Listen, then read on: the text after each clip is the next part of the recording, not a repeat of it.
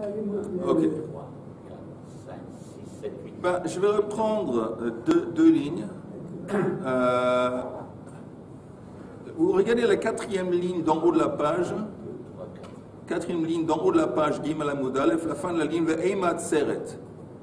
Disons qu'on va relier ce verset qui parle du Mishkan et qui parle de la séparation de 7 jours auparavant. On va faire un lien avec Hatzer qui est Shavuot. Parce que des Prishat Shiva le Yom Echad Hu. Parce que là, c'est un règle, mais c'est un règle qui consiste à un jour.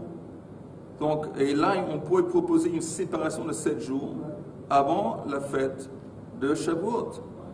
Amar Rabbi Abba Danin par Echad v'Ail Echad, mi par Echad v'Ail Echad. Si on fait une comparaison, c'est entre des jours dans lesquels les sacrifices comprennent ou consistent d'un bœuf et d'un bélier. Le Apouke, et donc si c'est comme ça, ça va exclure Hatzeret. De Shnei Eilim Minu. Parce que dans le Chag de Shavuot, on n'apporte pas un bélier, on apporte 2 béliers. Donc ce n'est pas un candidat naturel pour une comparaison. Tandis que Yom Kippour, il y a le Kohen Gadol, il apporte pour Moussaf un par et un bélier. Oui. Et aussi pour ce qui s'est passé dans le désert Mishkan, Chanukata Mishkan, c'était aussi par et un Aïl qu'Aaron était censé l'apporter. Alors la Gemara dit, ok, Hanich le mandama Yom Kippourim Aïl Echadhu. Ça marche, on peut faire le lien entre le Mishkan, Chanukata Mishkan et Yom Kippour, selon l'opinion qui dit, oui, selon celui qui dit que Yom Kippour, il y avait seulement un Aïl, un bélier. Pourquoi on revient dessus? On était d'accord. Pourquoi on revient? Hein? Pourquoi on revient sur ça? On était d'accord. On est d'accord, mais tu me dis, on va rejeter Shavuot, parce que c'est incomparable, parce que dans Shavuot, il y a 2 Eilim, 2 béliers. 2 béliers. Alors, ok, je comprends, mais regardons maintenant Yom Kippour. Jusqu'ici, on a voulu comparer Yom Kippour. Yom Kippour, il y a 2 opinions. Il y a une opinion qui dit que Yom Kippour, on apporte un par et un bélier, un Aïl. Il y a une autre opinion qui dit qu'il y en a 2 dans les mots.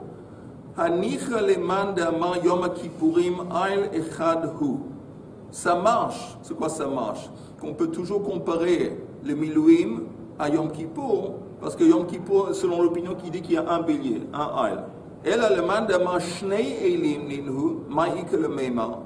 Mais celui qui dit que Yom Kippour, il y en a 2, ça complique. Détail comme c'est enseigné dans la Braïta. Rabbi Omer Aïl Echad Hu. Amur Kan, ou Amur Bechomesh Apekudim. Rabbi dit que quand on regarde Achrei Mot dans Vayikra, qui parle de Yom Kippour, et quand on regarde justement la Parashat HaShavua de la semaine prochaine, ou en 2 semaines, dans Pinchas, là aussi on parle de Yom Kippour. Il dit que c'est le même, quand on parle d'un bélier dans les deux endroits, on parle de Yom Kippour, on parle d'un bélier. Rabbi dit c'est le même bélier, c'est pas un autre bélier. Dans les mots, Rabbi Omer, Aïn Echadhu, on parle du même bélier. Amur Kan, Hu Ha'amur Bechomesh HaPekudin. C'est le même Aïn dont on parle dans Chomesh HaPekudin qui est Sefer Bamidbar. Rabbi Elazar, Rabbi Shimon, Omer Shnei Eilim Hem. Il dit non, pas du tout, c'est 2 béliers différents. Echad Ha'amur Kan, Echad Ha'amur Bechomesh HaPekudin. Celui dont parle la paracha d'Achrei Mot, c'est un autre bélier que celui dont on parle dans parachat de Pinchas en Bamidbar. Alors, selon lui, et ces 2 béliers, on dit non. Afilutem Rabbi Elazar be Rabbi Shimon, hatam chad le chovat hayom, vechad le musafin. Il dit même si tu dis qu'il y a 2 béliers, mais il y a un bélier qui est chovat hayom qu'on apporte à cause de la fête elle-même, que le Yom Kippour elle-même, et un qui fait partie du Moussaf, la Pouké Hatzeret, ce qui est différent dans le cas de Shavuot, de Tarvayu Chovat Hayom Ninu. Parce que dans Shavuot, il n'y a pas un qui est pour Moussaf et un qui est pour la fête elle-même. Les 2 sont apportés dans Shavuot à cause de la fête, et c'est rien à faire avec Moussaf. Donc encore une fois, Shavuot c'est incomparable, et donc tout va bien. Ok, donc on a fermé cette parenthèse.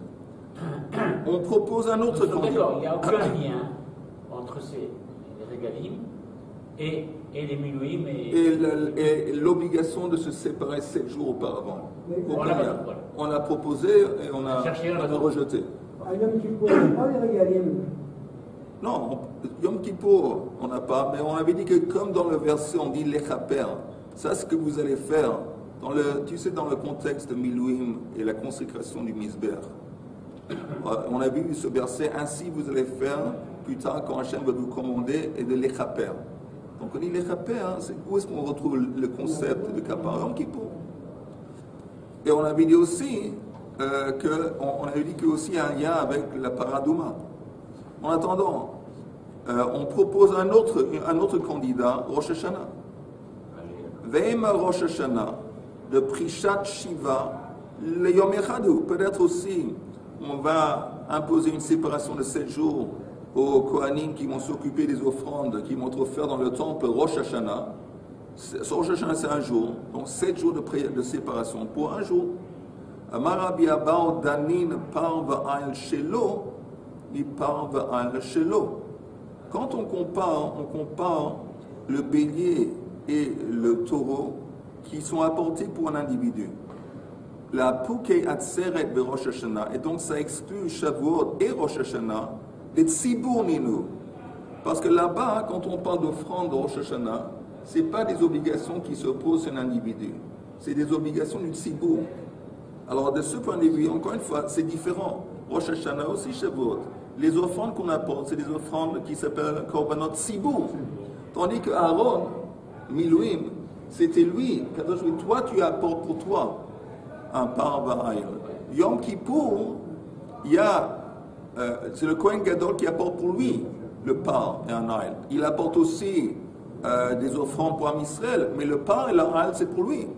Donc on dit, encore une fois, Amar Rabbi Abba, vas-y. Amar Rabbi Abba, Danin par va'ail shelo, mais par va'ail shelo, on compare deux cas où on parle d'un par qui sont imposés à un individu. La Poukei Atzeret de Rosh Hashanah de Tzibur Ninu. Hanicha, le mandama kach lecha, mishelcha. Ça marche selon l'explication qui dit que quand c'est écrit dans la Torah, kach lecha, prends pour toi, ça veut dire que c'est à toi. C'est une obligation personnelle. Kach lecha, ça veut dire mishelcha. Où est-ce que c'est en ce verset? Mishkar. On va voir. Mishelcha. Ve'aselecha. Et quand on tourne la page, en haut de la page suivante, et quand c'est écrit, disons les trompettes, aselecha, c'est quoi aselecha? Mishelcha. Tu vas payer ça avec ton argent. Pardon.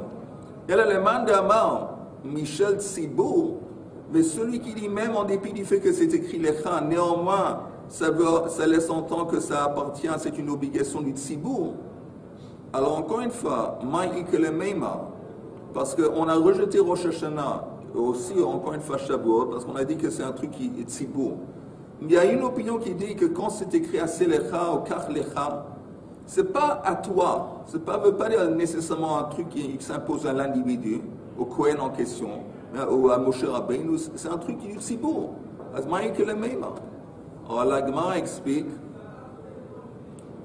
Tanya, comme c'était enseigné dans une braïta, Kach lecha mishelcha.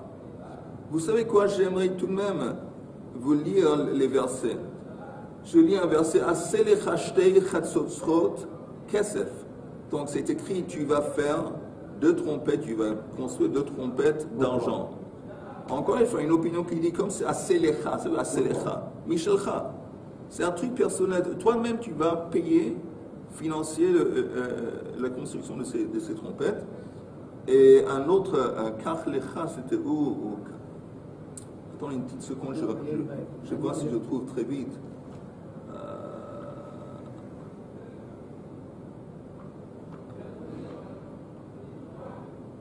Non, je ne trouve pas.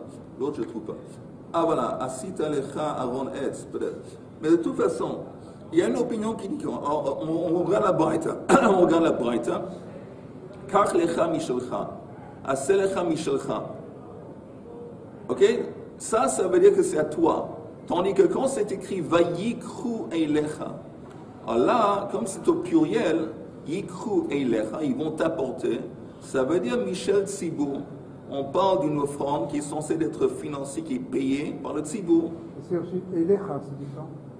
Oui, d'accord. D'ivrei Rabbi Yoshia. Donc Rabbi Yoshia, selon lui, quand c'est écrit Kach Lecha, Aselecha, ça laisse entendre que c'est une obligation qui s'impose sur l'individu, tandis que Vayikru Eilecha, le Tzibour. Tandis que Rabbi Yonatan Omer, Ben, oui. Peut-être qu'il y a peut-être une explication différente, parce que à partir du moment où il désigne quelqu'un, Kach Lecha, ça veut dire qu'il le rend responsable de faire ce truc-là. Ça ne veut pas dire que lui, il doit payer ça. Mais je te demande une question indiscrète.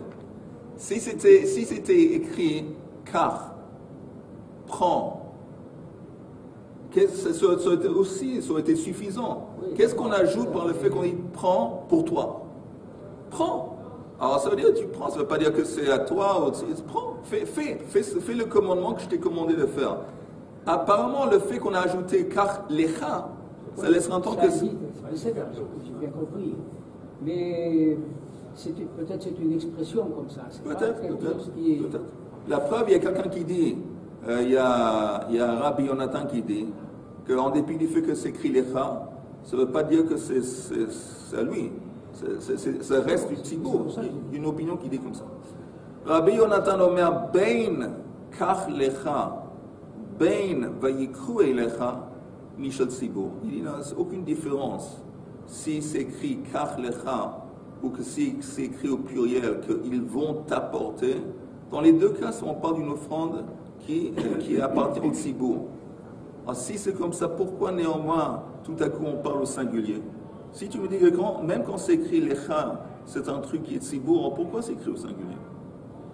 Ou Matalmud Lomar Kach Lecha, ça laisse entendre que Kiviachol, c'est soi-disant Michelcha anirotse yoter michelehem, que ce que toi tu vas apporter, j'apprécie plus que ce que eux ils vont apporter. Pourquoi Kadosh Baruch Hu s'exprime de cette façon? Il dit, tu sais quoi, c'est une allusion à cette idée que ce que toi tu apportes, ton offrande, je valorise plus que l'offrande d'Itzibour, parce que c'était après le Chet HaEgel, et Kadosh Baruch Hu était fâché avec Am Israël.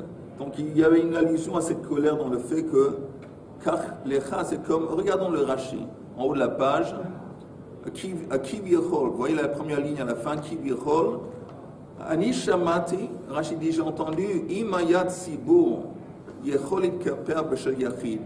Si c'était possible qu'un individu allait apporter l'offrande, et l'offrande allait expier pour le Tzibour entier, Haïti Otse, Michel Khani Haïti Otse, j'aurais voulu la tienne. Ok, ça c'est on va rester avec ce pirouche. Il y a un autre pirouche que je préfère, on peut le lire tout de même. Vani omer lefi shedavar kasher hu lomar she'akadosh baruch hu katz be'Israël. Moi je pense que c'est difficile de dire une telle chose, qu'Akadosh baruch hu, il est en quelque sorte, pas dégoûté, mais embêté par les offrandes d'Israël. אז הוא אומר, כביכול, כלומר, על כורחנו יאמר כך, כאילו אפשר לומר כן, וכן כביכול, bon, Rashi dit, de toute façon, כביכול, c'est comme s'il y a une allusion à cette idée. C'est pour ça que c'est écrit l'écran, parce que c'est une allusion à la colère d'Hachem. Il dit, tu sais, de mon point de vue, si un individu pouvait apporter une offrande qui suffisait pour expier pour tout le monde, je préfère que toi, tu l'apportes pas à Israël. Abba Hanan Amar, Meshum Rabbi Elazar, Katuv Echad Omer, Va'asita Lecha Aaron Etz. Il y a un verset dans Sefer Dvarim où c'est écrit que tu vas construire Aaron Etz, le Aaron dans lequel on met les Luchot Brit. Vekatuv Echad Omer, il y a un autre verset qui dit Ve'asu Aaron Atzei Shittim. C'est bizarre, parce que le deuxième verset, il est au pluriel. Alors la grande demande, pourquoi il y a un verset qui adresse l'individu Asita Lecha Aaron Etz, et l'autre qui dit Ve'asu Aaron Etz. HaKeitzad, Kan bezman she'Yisrael osin retzono shel makom. כאן בזמן שאין עושים רצונו של מקום. La différence, c'est que quand Am Israël sont méritants et ils se comportent, ils font la volonté divine, alors c'est écrit, c'est comme Akadosh vous attribue la construction du Aaron à l'ensemble du peuple juif. Ve'asu Aaron atzeshitim. Ils vont faire. Mais quand ils ne sont pas en train d'aller dans la voie d'Hachem, alors il y a une colère qui s'exprime par le fait que Asit Alecha Aaron, que c'est encore une fois, c'est comme une mitzvah qui est réservée à Moshe Rabbeinu et Am Israël ne sont pas impliqués dans cette mitzvah.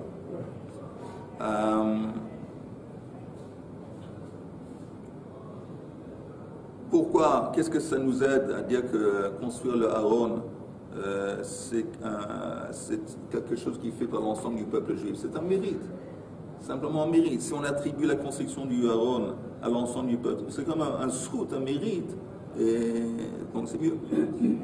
Adkan l'obligé ela bekichot de alma ve asiyot de alma. Jusqu'ici, cette marloque qu'on a vue, quand c'est écrit Ve'aselecha, kach mishelcha, est-ce que ça laisse entendre que c'est un truc individuel? Ou néanmoins, est-ce que c'est un truc qui est lié à l'ensemble du tzibour? Ça, c'est uniquement quand on parle de kichot, quand il y a des verbes de prendre, ou asiyot, ou de faire, qui sont exprimés d'une façon générale. De alma. Kichot de alma, asiyot de alma. Par exemple, Kach lecha samim asiyot de alma. Ah pardon. Kichot d'alma, on nous donne un exemple. C'est quoi un exemple de prendre quelque chose d'une façon générale? Kach lecha samim. Prends pour toi, comment on dit samim en français? Comment on dit samim pour disons, la ktoret? Les incenses. Okay. Alors prépare-moi les incenses, kach lecha. Ok, ça c'est un exemple. C'est pas un truc c'est pas évident de quoi on parle. C'est une demande, une convocation générale. Asiyot d'alma, donne-moi un exemple de faire quelque chose, mais qui est général. Aselecha shteicha susot, kesef.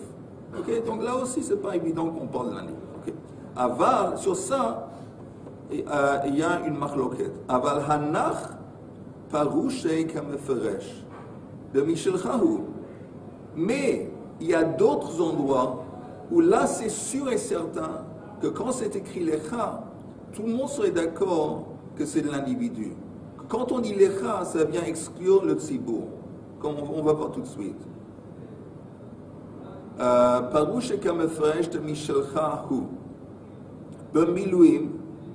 Mikdiktiv, dans le contexte de Milouim, Chanoukat HaMizver, c'est écrit Ve'el b'nei Yisrael tedaber le'emor kechu seir izim lechatat Vayomer el Aaron kach lecha egel ben bakar lechatat.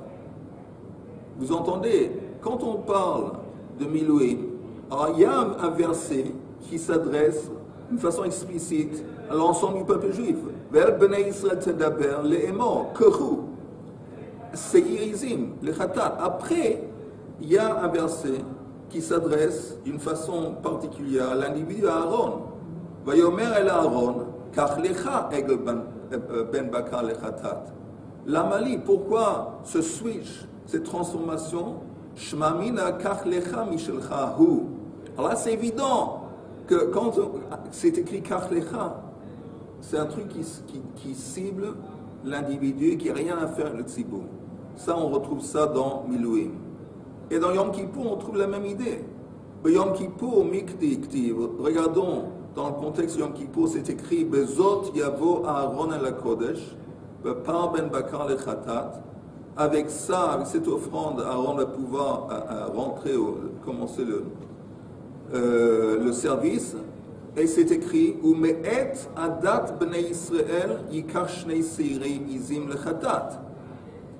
Veikri vepar chatat ashalo. Dans le même verset, c'est écrit tu vas prendre de bnei Israël les deux chèvres qui sont à chatat et ça appartient au peuple d'Israël. À part ça, kach lecha, où c'est écrit? Veikriv et achata ashalo, et il va apporter à Aaron l'offrande qui lui appartient. Donc on voit très bien, il y a une comparaison qui est faite entre le tzibur et entre l'individu. Donc quand c'est presque explicite qu'on parle du tzibur et puis on fait une distinction, on parle de l'individu. Alors c'est sûr que quand on parle de l'individu, et c'est écrit kach lecha, aseh lecha, c'est sûr qu'on parle d'une obligation qui se repose uniquement sur l'individu et qui ne concerne aucunement le tzibur. Ok? Shema mina haïlo, mishelohu. Donc de là, je comprends que quand c'est écrit, écrivez à part achalo, qui lui appartient, ça veut dire mamash. C'est un korban personnel dont il paye. Ok? Ok. Encore une fois, c'est une parenthèse. Tout ce qu'on a vu ici, c'est une parenthèse. Un long développement ici. Un long développement de savoir karlecha. Mais l'expression elle-même, on a compris. Quand c'est lecha, c'est pas pour le tzibur. Et quand c'est le tzibur, c'est marqué au pluriel, qui crou. Donc, tout ce développement-là, je ne vois pas le sens. Mais la preuve, il y a quelqu'un, Rabbi Yonatan, qui dit même quand c'est écrit kach lecha ou aseh lecha au singulier, ça ne veut pas nécessairement dire qu'on parle d'une offrande d'un individu. Et c'est toi-même qui l'as dit avant, Eli. Toi-même, tu as dit avant quelques minutes, tu as dit le fait que c'est écrit lecha, ça ne veut pas dire nécessairement qu'on parle. Parce que j'essaie de trouver une explication à tout ça. D'accord. Alors je dis, si on parle lecha, à ce moment-là, peut-être que ce n'est pas pour lui, c'est parce qu'il est le représentant de quelque chose. Alors tu vois, il y a une possibilité d'aborder ça comme ça, une possibilité d'aborder le texte d'une façon différente. Encore une fois, c'est écrit Haïlo Mishelohu. Rav Ashi, vous voyez Rav Ashi. Rav Ashi Amar Danin par le Khatat ve'ail le'ola. Mi par le Khatat ve'ail le'ola. C'est une autre explication, une autre preuve pour qu'on reste avec la comparaison entre Milouim d'un côté et Yom Kippour et la vache rousse de l'autre côté. Et on exclut les autres possibilités. Parce que on parle d'un par qui est un khatat. On parle d'un aïl qui va être une ola. Et donc ça, on va comparer à d'autres choses, d'autres fêtes, d'autres événements, où le par c'est un khatat et le aïl une ola. Donc dans les mots, Ravash Yamar Danin par les khatat v'aïl le ola. Il parle les khatat ba'alola, la pouke, ça exclut Rosh Hashanah, Ba'atzeret. Et là encore, on va exclure Rosh Hashanah et la fête de Shavuot, des Tarvayu Olot Ninu, parce que là-bas, aussi bien le par que le Aïl, c'est des Olot. Donc encore une fois, tu vois encore une différence de base entre les deux. Ravina Amar Danin Avoda Bekohen Gadol, mais Avoda Bekohen Gadol. Une autre raison, une autre explication. Quand on compare entre un service qui est fait par un Kohen Gadol. Milouim, Chanoukat HaMizbeach, c'était fait par Aaron, le protagoniste, celui qui était censé. C'est Aaron, un Kohen Gadol. Donc, quand on parle aussi de Yom Kippour, on parle aussi d'un Kohen Gadol. Tandis que c'est intéressant en parenthèse, mais Para Aduma, c'est pas Kohen Gadol, c'est le scan. Mais je pense encore une fois, on va voir. Bekohen Gadol, mais Avoda Bekohen Gadol, la Pouke Kulehu Kushiatan. Donc ça va balayer tous les autres candidats qu'on a soulevés, qu'on a proposés auparavant. De Lav Avoda Bekohen Gadol Ninu. Parce que toutes ces choses, que ce soit les regalim, que ce soit les korbanot, que ce soit Rosh Hashanah, que ce soit Shavuot, quoi que ce soit, il n'y a pas un Kohen Gadol dans l'affaire, ce n'est pas une obligation du Kohen Gadol.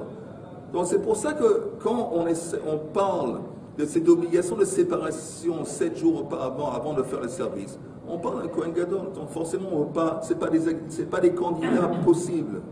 Parce que là-bas, on ne parle pas de Kohen Gadol. Donc la Shrita, c'est fait par un Kohen. Shrita est fait par un Kohen. Shrita, mais quelle Shrita? Non. La Shrita de Yom Kippour. Pas seulement la Shrita, presque tout est fait par le Kohen Gadol. Tout. Et la vache rouge aussi. Non, Tout. La Shrita, je veux dire, Shrita d'un corban, c'est pas forcément. Ah non, lui, il parle de. C'est pas forcément un Kohen. Il parle de Yom Kippour. Mais ce que Yehuda dit, ce qu'il dit, c'est que quand on parle, vous savez qu'il y a, il y a 5 étapes dans une offrande. Non, 4. 5 étapes. 5 étapes. Après, je m'occupe de lui après, mais pas devant la caméra. C'est pas bien de taper sur les gens devant la caméra. Mais il y a Shrita, il y a Kabbalat Adam, recevoir, après qu'on fait la Shrita et le sang qui commence à jaillir, il y a le bol pour Kabbalat Adam. Il y a Holacha, il faut transporter, c'est aussi une étape, transporter le sang jusqu'à l'autel. Après, il y a Zrika. Voilà, bon, il y a 4 étapes. Bon, la première étape, comme Yehuda a dit, le Shrita, il n'est pas limité au Kohen. Même un non-Kohen, le propriétaire d'un Korban, il peut faire Shrita s'il veut, c'est comment. Mais les autres choses, Kabbalat Adam, Holacha, Zrika, c'est uniquement un Kohen. Mais de toute façon, on ne parle pas d'un Kohen ici, on parle d'un Kohen Gadol. Et c'est pour ça que tous les autres candidats qu'on a proposés, ça tombe à l'eau, parce qu'on ne parle pas de Kohen Gadol.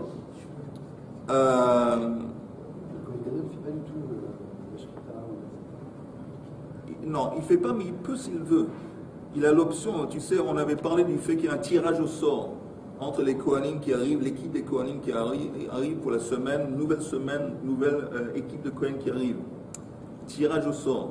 Mais en attendant, Kohen Gadol, il a un prerogative, il a le droit de décider, bon, moi je fais ça, et c'est lui qui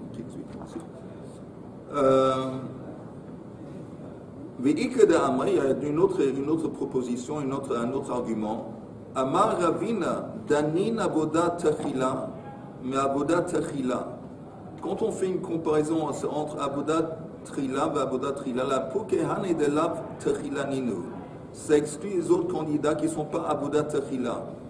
La grande demande, Maï Tachila, c'est quoi un service qu'on fait au début?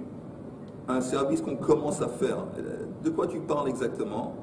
Il aime, si tu dis Tachila be Kohen Gadol, que c'est un service qu'on commence à faire avec un Kohen Gadol, on a déjà en fin de compte parlé de ce sujet, le fait qu'il y a un aspect unique avec Yom Kippour, et aussi les Milouim qu'on parle du Kohen Gadol. C'est pas ça. Mais ça veut dire quoi? Un service qu'on fait au début. Et l'avodat Tachila bemakom. Mais avodat Tachila bemakom. Qu'est-ce qui relie Yom Kippour avec les Milouim? Parce que les Milouim, c'était la première fois que, quand Aaron allait faire ce service, la première fois que quelqu'un va faire un service dans le Mishkan. Donc, et dernière fois? Non, pas du tout. La première fois, mais pas la dernière fois. C'était l'inauguration du Mishkan. Et à partir de ce moment, chaque jour, il y avait des Kohanim dans le désert qui rentraient dans le Mishkan. Le Mishkan, c'était comme l'ensemble du temple dans le désert. Mais, et la même chose Yom Kippour. Yom Kippour, le Kohen Gadol, il rentre pour la première fois en Kodesh Kodashim. C'est un endroit où personne ne peut rentrer le reste de l'année. C'est un endroit où c'est Avodat Patrila. La première fois que quelqu'un rentre là-bas, c'était Aaron qui est rentré dans Kodesh Kodashim. Donc ça, c'est encore un point en commun entre les Milouim, entre Yom Kippour, et une raison pour exclure les autres possibilités qu'on a soulevées. Il faut juste savoir, regardez le Rashi. Le Rashi qui dit Tachila b'makom. Vous voyez le titre du Rashi qui dit Tachila b'makom. Vous l'avez? Oui. Même Yehuda est là. Yom Kippourim, yesh lo avoda lifnei velifnim. שביום הכיפורים הראשון הייתה תחילה במקום שקודם לכן לא נכנס אדם שם לעבודה. Yom Kippour, quand la Torah parle de Yom Kippour, la Torah parle d'Aaron, qui est censé de faire le service de Yom Kippour. Elle parle de la première fois que quelqu'un va faire le service dans Kodesh Kodashim. Donc c'est une nouveauté. Yom Shmini le Milouim, la même chose, le 8e jour après l'inauguration du Mishkan, Aïta Avodat Tachila B'Mizbeach HaChitzon.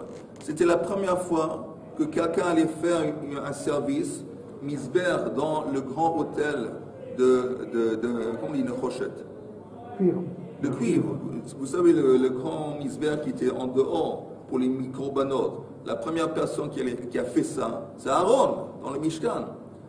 V'im bishvil sheshimesh Moshe. Et Rashi dit, si tu me dis, mais attends, auparavant tout de même, les 7 jours auparavant, que Aaron et ses fils étaient séparés, les 7 jours avant l'inauguration, c'est Moshe Rabbeinu qui chaque jour a fait le service. Il dit, pourquoi tu me dis que c'est la première fois? Moshe a fait. Pendant 7 jours auparavant, c'est ça, Moshe a fait le service. Non, mais ça comptait pas comme un service. Et pourquoi pas? C'était pour s'entraîner. On appelle Milouim, c'est pour préparer. Alors, Rachid donne une explication différente. Ve'im bishvil sheshimesh Moshe kol shivat yomei hamiluim, ein kruya avoda. Ça s'appelle pas un service, et c'est l'avodat kohanim. En comparaison avec kohanim, mais pour une autre raison, Yehuda. Shehu belevush bigdei kehuna. Parce que les kohanim, quand ils font le service, ils sont habillés avec les habits du Kohen. Beshel Moshe bechaloup lavan. Shelo hurshar ela lesha'a. Quand Moshe a fait le service, c'était dans des habits blancs, bigdei lavan. Et ça, c'était unique. C'était un truc qui ne s'est jamais fait à part pendant les 7 jours de Mid. C'est pas, encore une fois, la première fois qu'ils ont fait le service comme il faut. C'est quoi comme il faut? Habillé avec bigdei kehuna, c'était à partir de Aaron. Donc, encore une fois, on dit que cette idée de se séparer de 7 jours, qui a été exprimée dans le contexte de Milouim, on peut l'appliquer à Yom Kippour, parce que dans les 2 cas, on parle d'un Kohen Gadol, et dans les 2 cas, on parle que c'est la première fois que quelqu'un va rentrer et faire le service en cet endroit. Yom Kippour, c'est Kodesh et Kodeshim, Milouim, c'était dans le Mizbeach. Et donc, c'est des candidats. C'est un candidat naturel et donc on apprend 7 jours de séparation qui s'appliqueraient aussi au Kohen Gadol avant qu'il fait le service le 8e jour qui est Yom Kippour. Et Paradouma, on avait dit, comme on apprend Paradouma, on avait dit auparavant une Xera Shabbat de Sivat et comme ça on arrive à Paradouma. Bref, ça c'est la fin de cette Sugia. Et Blinet, dimanche, on commence une autre Sugia. Très vite, si vous voulez. On a encore 5 minutes. Un petit mot. Un tout petit mot, parce que je ne sais pas vraiment. Sur la paracha, juste un principe de base. Que tous les malheurs de l'humanité et tous les grandes transgressions qu'on voit dans la Torah, ils ont tous une chose en commun. C'est les calculs. Ça veut dire, on commence par le commencement, Chet, Adam, Chava. Kadosh Baruch Hu dit, vous ne mangez pas. Vous ne mangez pas un pain, c'est tout. Vous ne mangez pas le fruit. Ça date. Qu'est-ce qui s'est passé? Il y a le serpent qui est venu. Il a commencé à argumenter, à donner des arguments. En fin de compte, et puis elle s'écrit dans les livres qu'Adam Arishon a fait un compte. Il dit, enfin, si je suis dans un endroit qui est parfait, à part un endroit qui est imparfait, c'est quoi l'endroit? Il y a un yetsa, il y a un endroit qui n'est pas bien. Ça veut dire que je suis censé de l'étaken. Moi, Akadosh m'a créé pour l'étaken, et donc je suis censé de manger. Et tous les calculs, au lieu de tout simplement être tamim tiim Hashem Elokecha, il y avait des calculs qui ont engendré la faute. Chet ha'egel. La grande faute de Chet ha'egel, la même chose. Et c'est pour ça, justement, notre paracha, elle est liée à Chet ha'egel. De quel point de vue? Parce que c'est écrit que la paradouma, Rashi apporte un midrash. Il apporte un midrash que quand un bébé, il fait ses besoins, il va salir dans le palais, on appelle la mère du bébé de venir nettoyer. Alors il dit, c'est la même chose ici. C'est qui le bébé? C'était le Egel. Egel, c'est un veau. Là-bas, il y a eu quand il y a eu quelque chose, il y a eu des dégâts qui ont été créés par le bébé. Et c'est qui la mère qui vient nettoyer après? C'est Para. Quel est le lien? Parce que, comment on est arrivé à Chet Egel? Moshe Rabbeinu a dit au peuple, je retourne dans 40 jours. Alors, quand lui, il a dit 40 jours, il voulait dire 40 jours entiers. C'est quoi 40 jours entiers? Ça commence la nuit, et voilà, la nuit et le jour prochain. Comme lui, il est monté avant la nuit, il est monté le jour. mais eux, une fois ils ont commencé à compter le premier jour qu'il est monté, à partir du premier jour. Ça, c'est le premier jour du compte. Ils ont fait des comptes, des calculs. Donc, ils ont arrivé au 40e jour. Pas de Moshe Rabbeinu. C'est la panique. Et ça a dégradé très vite. Et c'est devenu le Egel. Mais tout ça, qu'est-ce qu'on voit? Encore une fois, c'est des calculs. C'est des calculs. Alors, pourquoi la paradouma, c'est le tikkun de Chet HaEgel? Parce qu'on sait que paradouma, ça s'appelle, c'est l'exemple, par définition, l'exemple classique d'un chok. Chok, c'est quelque chose qu'on ne peut pas comprendre. C'est inexplicable. Et la preuve, la personne qui s'occupe et qui prépare la paradouma, ça le rend tamé. Tandis que les cendres de la paradouma, ça rend la personne qui est tamée, ça le rend pur. Donc c'est un truc inexplicable. Et c'est justement cette mitzvah qui va contre l'intelligence, contre notre capacité de rationalisation, qui vient l'étaken, le Chet HaEgel. La même chose en quelque sorte, c'était quoi encore une fois? La faute des Meraglim. Quand je vous dis, vous entrez. Et ça c'est la terre promise. Vous entrez. Ils ont commencé, non, on va voir une stratégie, et qui est là-bas, et comment on va faire, comment on va aborder, avec qui on a affaire. Qui vous a demandé? Entrez.